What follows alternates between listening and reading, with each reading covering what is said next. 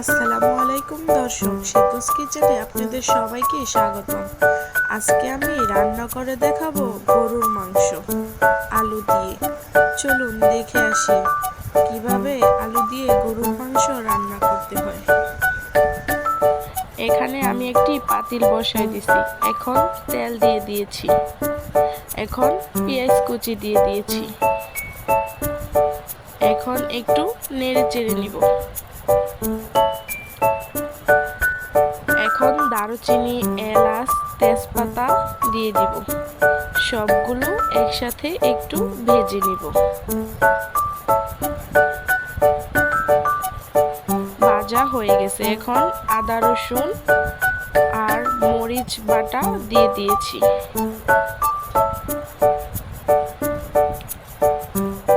শুকনো মরিচ আমি ভিজিয়ে রেখে বেটে নিয়েছি। এখন একটু পানি দিয়ে দিয়েছি।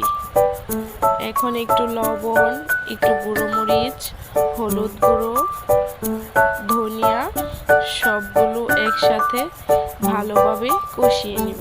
কষানো হয়ে গেছে। এখন মাংসগুলো দিয়ে দিব।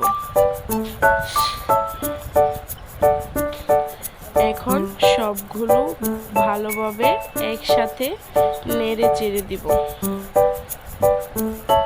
সব মশলা যেন মাংসের মধ্যে মিশে।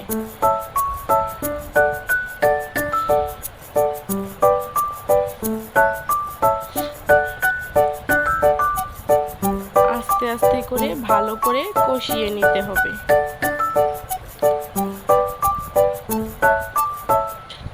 এখন আলুগুলো দিয়ে দিয়েছি।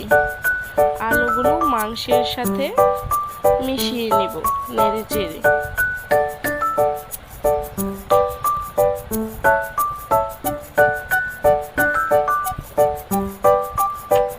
দেখুন আলু আর মাংস কষানো হয়ে গেছে।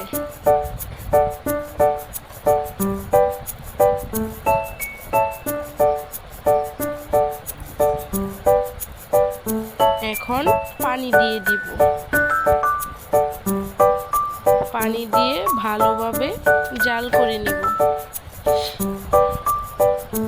আজকে আমি রান্নাটা মাটির চুলায় করে নিয়েছি।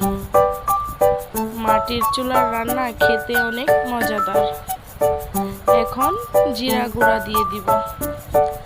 এখন আবার নেড়ে চেড়ে ভালো করে জাল করে নিব।